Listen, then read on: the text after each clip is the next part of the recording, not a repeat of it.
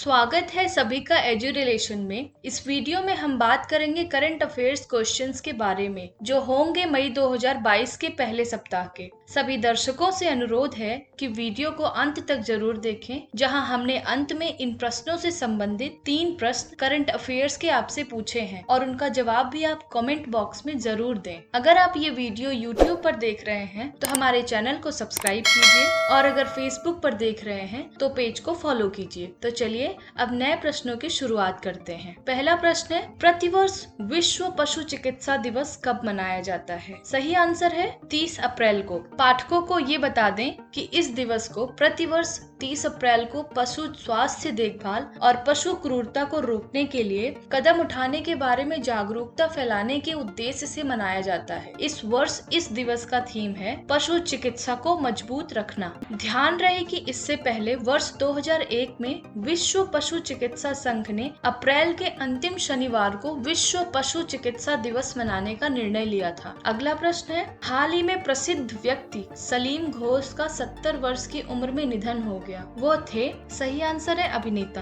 बॉलीवुड और दक्षिण भारतीय फिल्मों के मशहूर अभिनेता सलीम घोष का हार्ट अटैक के कारण निधन हो गया। आपकी बेहतर जानकारी के लिए बता दें कि सलीम ने अपने करियर में बहुत सारी फिल्में की, लेकिन उन्हें लोकप्रियता भारत की एक खोज, वागले की दुनिया, ये जो है जिंदगी और सुबह से मिली थी। ध्यान रहे कि उन्होंने साल 1978 में फिल्म स्वर्ग नर्क के साथ अपने अभिनय की शुरुआत की। फिर इसके बाद कुछ बड़े सितारों और बैनरों के साथ भी कई फिल्मों में नजर आए थे। अगला प्रश्न है, हाल ही में किसे भारतीय थल सेना के नए उप प्रमुख के रूप में नियुक्त किया गया है? सही आंसर है लेफ्टिनेंट जनरल BS राजू। यहाँ लेफ्टिनेंट जनरल राजू सेना कमांडर नहीं होने के बावजूद vice chief of army staff की जिम्मेदारी संभालने जा रहे हैं। उन्होंने श्रीनगर स्थित 15 कोर का नेतृत्व किया था। बात करें BS राजू के बारे में तो BS राजू का जन्म 19 अक्टूबर 1963 को हुआ था और इन्हें 15 दिसंबर 1984 को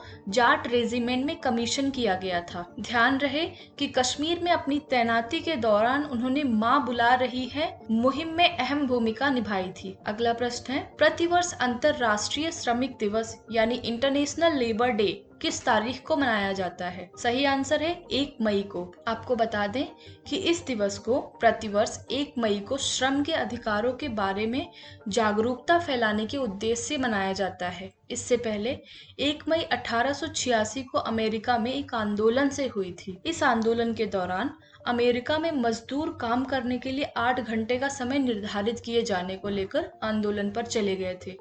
1 मई 1886 के दिन मजदूर लोग रोजाना 15-15 घंटे काम कराए जाने और शोषण के खिलाफ पूरे अमेरिका में सड़कों पर उतर आए थे। फिर इसके बाद 1889 में अंतर्राष्ट्रीय समाजवादी सम्मेलन की दूसरी बैठक में एक प्रस्ताव पारित किया गया, जिसमें यह ऐलान किया गया कि 1 मई को अंतर्राष्ट्रीय मजदूर दिवस के रूप में मनाया जाएगा और इस दिन सभी कामगारों और श्रमिकों का अवकाश रहेगा। अगला प्रश्न है, हाल ही में कौन जीन बैंक परियोजना स्थापित करने वाला भारत का पहला राज्य बना है? सही आंसर है महाराष्ट्र। यहाँ महाराष्ट्र सरकार ने देशी और लुप्त प्राय जानवरों, फसलों, समुद्री और जैविक प्रजातियों के संरक्षण के लिए एक जीन बैंक परियोजना स्थापित करने की घोषणा की है। आपकी बेहतर जानकारी के लिए बता दें कि इसे महाराष्ट्र राज्य जैव विविधता बोर्ड द्वारा लागू किया जाएगा। उम्मीद है कि यह परियोजना जलवायु परिवर्तन के कारण खाद्य श्रृंखला पर प्रभाव को कम करने पर ध्यान केंद्रित करेगी। अगला प्रश्न है,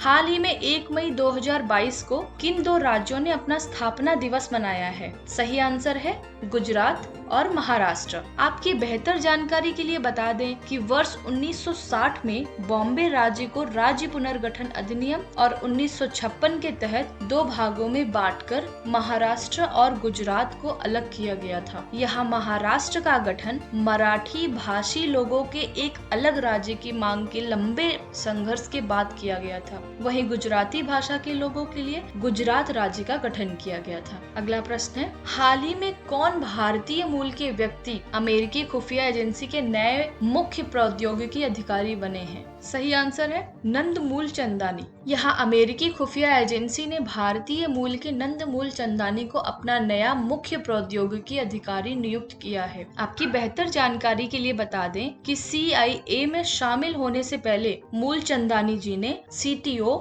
DoD के संयुक्त आर्टिफिशियल इंटेलिजेंस सेंटर के कार्यवाहक निदेशक के रूप में कार्य किया है। जानते हैं नंदमूल चंदानी की पढ़ाई के बारे में। उन्होंने साल 1989 से पहले 1987 के बीच दिल्ली के ब्लू बेल्स स्कूल इंटरनेशनल से पढ़ाई की है।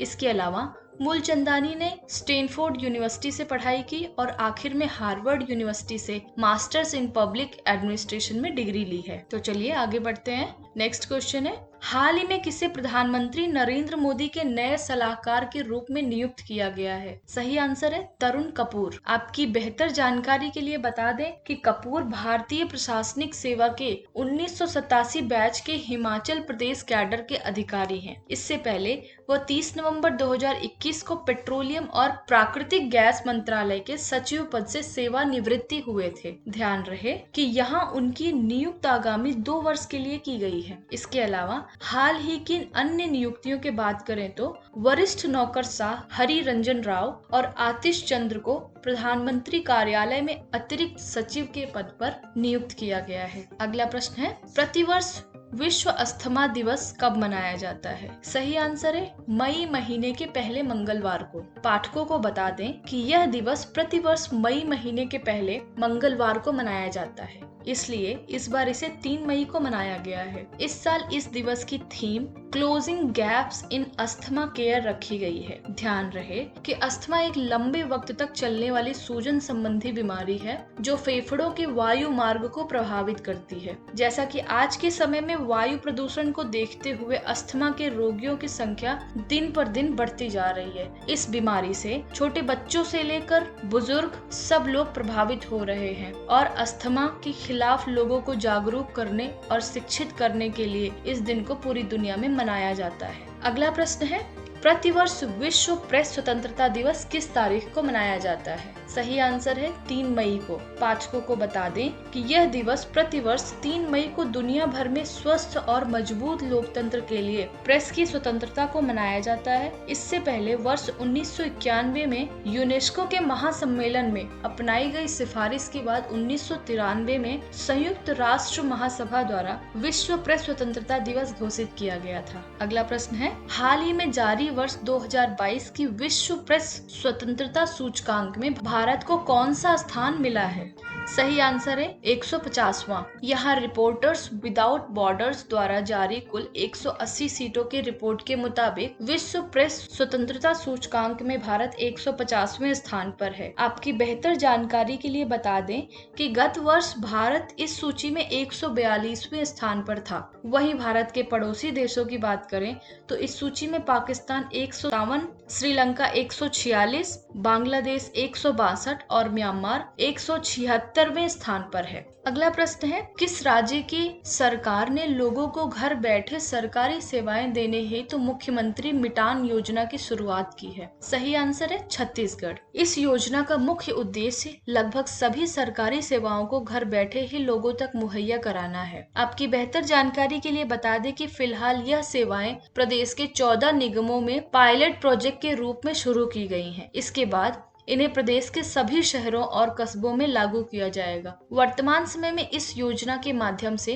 मूल निवास प्रमाण पत्र, जाति प्रमाण पत्र, आय प्रमाण पत्र, किसी भी दस्तावेज की कॉपी, भूमि रिकॉर्ड की प्रति, जन्म मृत्यु प्रमाण पत्र, विवाह का पंजीकरण, भूमि की जानकारी, जन्म प्रमाण पत्र सुधार, मृत्यु प्रमाण पत्र सुधार जैसी नागरिक सेवाएं घर बैठे ही प्राप्त कर सकते हैं। अगला प्रश्न है, किस फुटबॉल टीम ने हाल ही में संतोष ट्रॉफी 2022 का खिताब अपने नाम किया है? सही आंसर है केरल। यहाँ मंजेरी पय्यानाड फुटबॉल स्टेडियम में हुए संतोष ट्रॉफी के फाइनल मुकाबले में केरल ने बंगाल को हराकर खिताब अपने नाम कर लिया है। पाठकों को बता दें कि अब तक का यह केरल का 7वां खिताब है। इससे पहले केरल ने वर्ष 1973, 1991, 1992, 2001, 2004, 2017 और 2021 में यह खिताब अपने नाम किया था। यह भी ध्यान रहे कि बंगाल की टीम ने 32 बार इस टूर्नामेंट का खिताब जीता है। बात करें संतोष ट्रॉफी प्रतियोगिता के बारे में तो संतोष ट्रॉफी एक फुटबॉल प्रतियोगिता है और इस प्रतियोगिता में क्षेत्रीय फुटबॉल संघ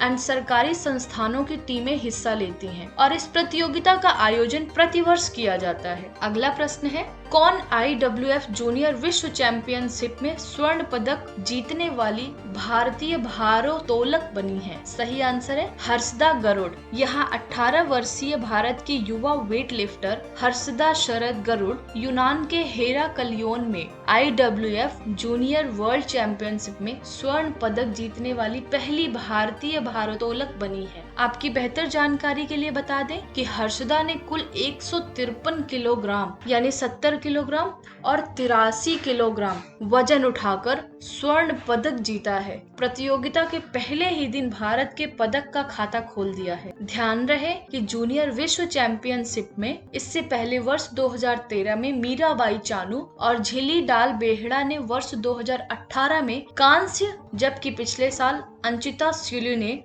रजत पदक जीता था। अगला प्रश्न है, हाल ही में किसने विश्व स्नूकर चैंपियनशिप 2022 का खिताब जीता है? सही आंसर है रॉनी ओसुलीवन ने। यहाँ इंग्लैंड की रॉनी ओसुलीवन के जूड ट्रम्प को 18-13 से हराकर 7वीं बार विश्व स्नूकर चैंपियनशिप का खिताब अपने नाम किया है। आपकी बेहतर जानकारी के लिए बता दें, इससे पहले सुलीवान ने वर्ष 2001, 2004, 2008, 2012, 2013 और 2020 में विश्व खिताब जीता था। सुलीवान इसके अलावा मास्टर्स चैंपियनशिप और ब्रिटिश चैंपियनशिप में 7 खिताबे जीते हैं। अगला प्रश्न है, हाल ही में कौन माउंट कंचनजंगा को फतह करने वाली पहली भारतीय महिला बनी है? सही आंसर है प्रियंका मोहिते। यहाँ भारतीय महिला पर्वतारोही प्रियंका मोहिते 8,586 मीटर ऊंची कंचनजंगा पर्वत चोटी फतह कर ऐसा करने वाली पहली भारतीय महिला बन गई है। आपकी बेहतर जानकारी के लिए बता दें कि इससे पहले प्रियंका ने वर्ष 2021 में दुनिया की 10वीं सबसे ऊंची पर्वत चोटी माउंट अन्नपूर्णा पर पहुंचकर तिरंगा लहराया था और ऐसा करने वाली वो पहली भारतीय महिला बनी थी। बात करें माउंट कंचनजंगा की तो